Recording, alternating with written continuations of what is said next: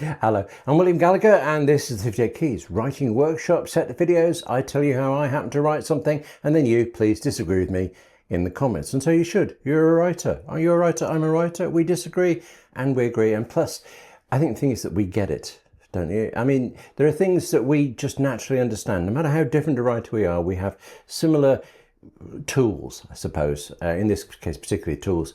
And we don't need to explain the tools to each other, although I appear to be about to. This isn't going well. There are things we understand that are important that maybe a reader wouldn't, because it's not their job to. An audience doesn't need to care about, but we need to care for our writing, and that's good because we do anyway. It's the kind of people we are. Long preamble say, in this case, how to quote people. You got to think that's going to be a short one. Use speech marks. Okay. Oh, be accurate. That'll do. Yeah, there is slightly more in this.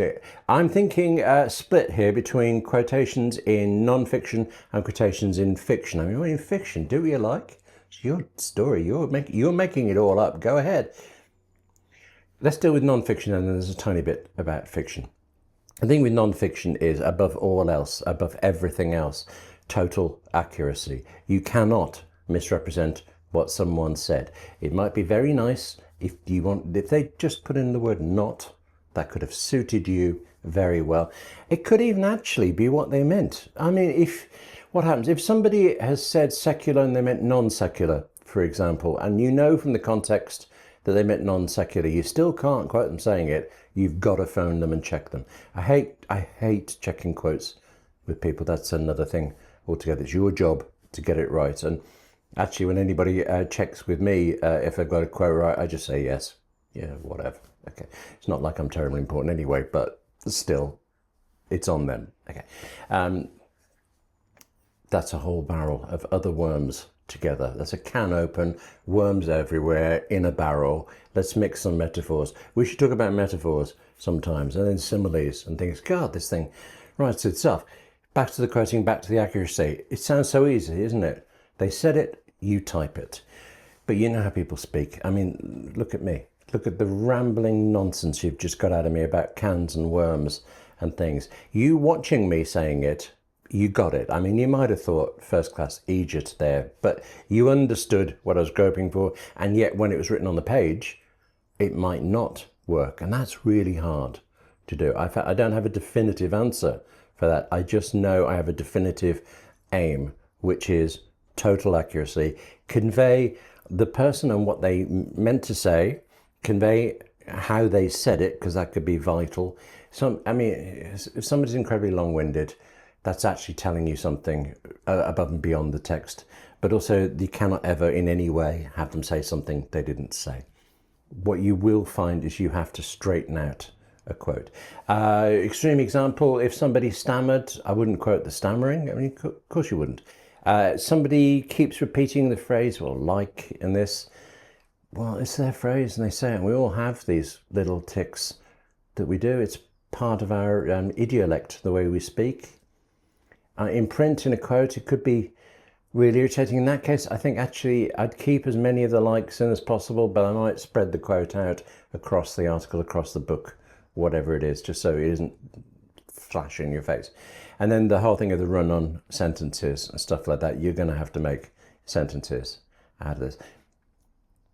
This is going to sound wrong. I don't care about grammar, not in quotes for it, because quotation is dialogue. Dialogue is how people speak. And again, the rhythms and the choices of how we speak are very illustrative of that person and what they mean. It's not just, we're not trying to write a textbook here. We are trying to convey information. The run-on sentence is the hardest part, but actually I think you get used to the patterns of someone speaking.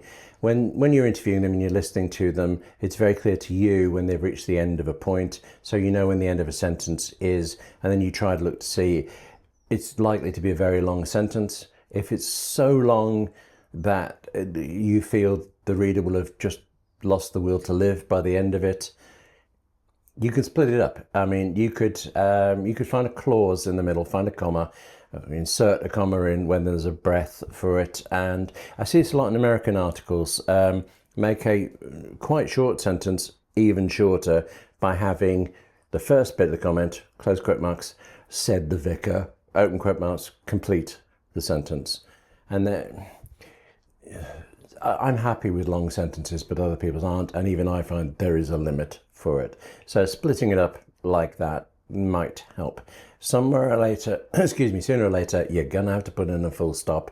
It is entirely on you to have that full stop be in a place that does not in any way alter what that person meant to say. Or rather, no, that's not right. What that person meant when they were saying it, okay? Meant to say is they wish they'd said it in a different way. And I mean, they've said it, you are conveying it precisely.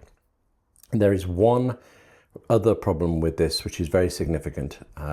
It's sometimes the sentence they give you, the literal word for word, you get it absolutely right, and it cannot make sense because the reader doesn't have the context that you had sitting in that interview with, a poster of Ronald Reagan beside you, and the quote is, he's an idiot, or he's brilliant, or something like that. In that case, you cannot. Why am I picking Ronald Reagan? Let's make up something. I mentioned a vicar earlier. Vicar, Father Peter's mother's. Character names, that's a whole nother topic. All right, the vicar, right. So there's a poster of the vicar on the wall. Who knows where you're interviewing this person, but there it is. And this person says, fantastic or rubbish. And your quote, your literal quote when you play back the recording is, he's fantastic, he's great. Impossible for the reader to say. In that case, I mean, this is really obscure example. You could set it up, you could say, there is a poster on the wall of Father Smothers Brothers, whoever it is, and then that would do it. That would get away with just literal, he said, this said, yeah. But he will pay for this, said the vicar. I'm focusing on vicars again. It is difficult sometimes to be able to convey who he is. So what you would say is you would change that sentence to be, he, open square brackets, the victim. This is becoming a story. All right, okay, go with it. He, open square brackets, the victim, close square brackets, will pay for this, said the vicar. Okay. What you're doing is you're clarifying, but you are also making it unquestionably clear that that is not the words your interviewee said. I use that a lot. Square brackets are a lifesaver in explaining things in articles. Can I do a quick side point? Square brackets are also why I don't like Markdown. If you've even come across it. Markdown is this very clever system that if you're writing online, you don't have to learn loads of HTML web text for it. You can just do, I think, isn't it 2 asterisks make the next bit bold, stuff like that. All very clever. But it uses square brackets. So there I am. He will pay for this. He, open brackets, and Markdown has flown off trying to add links to something. Okay, there are escape clauses, as they're called, that can mean you can use, but it's supposed to be simple, and now we're talking escape clauses, although it's a great phrase, isn't it, an escape clause? Okay, so total accuracy, don't care about grammar, only care about readability and, did I mention it, accuracy. Sometimes you have to break up a sentence for comprehension. Sometimes you have to use the square brackets to be nailed on clear about it, but over and above everything else, always, it's what they said. That's it. You can't mess with that at all. In non-fiction. In fiction, well, it's kind of like I said, it's do what you like. Except, it's really common in fiction. This is going to be short, I promise you. It's incredibly common. You've seen this in novels and things. It's, here's a line by somebody, here's a quote, and it ends with, he exclaimed, she whispered, he bellowed, she exclaimed. Did I just do that one? She cried. That one seems weirdly sexist. He cried. Yeah. I'm struggling with this, and I know you've already got examples in your head for it. It's basically anything except said. It keeps being used overall, and anything except said gets in the way. I think it's just he said, she said. I used to, I remember there are Doctor Who novels, Target novels, very famous. If you know them, you know them. And I mean, they were great in so many ways, but some of them were just the scripts from Doctor Who, quote marks popped around things, and he said, she said, it growled, you know, for the monster or something. Fine, that'll do me. Clear, done. And actually, I try to avoid it. I like to have exchanges where once you've established the beat of the rhythm of who is talking, then you don't bother with he said, she said, you just have the quotes. Roddy Doyle's amazing in this, in his novels. He doesn't use quote marks. He has a little dash, like an M dash for it. And I don't know why.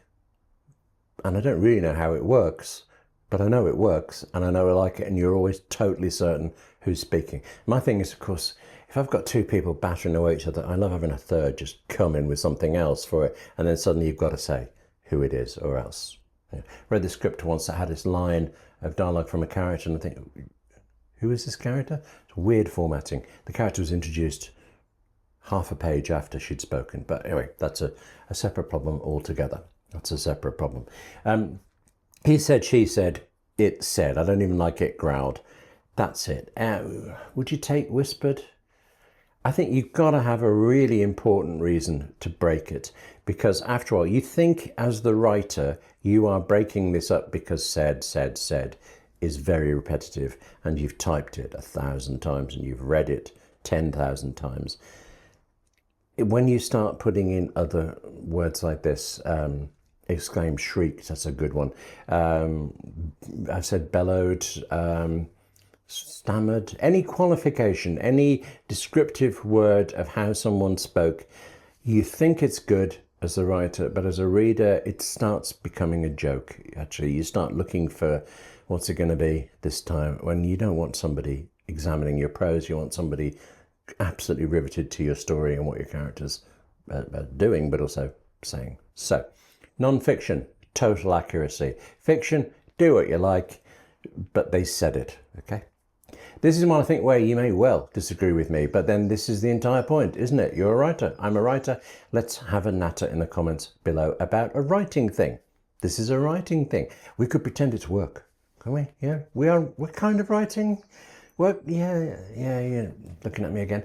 Okay, so in the meantime, before we both go off to continue writing, thank you very much for watching. Take care of yourself. Do write more. We both need to do more of that. It's really important, isn't it? And I'll see you soon.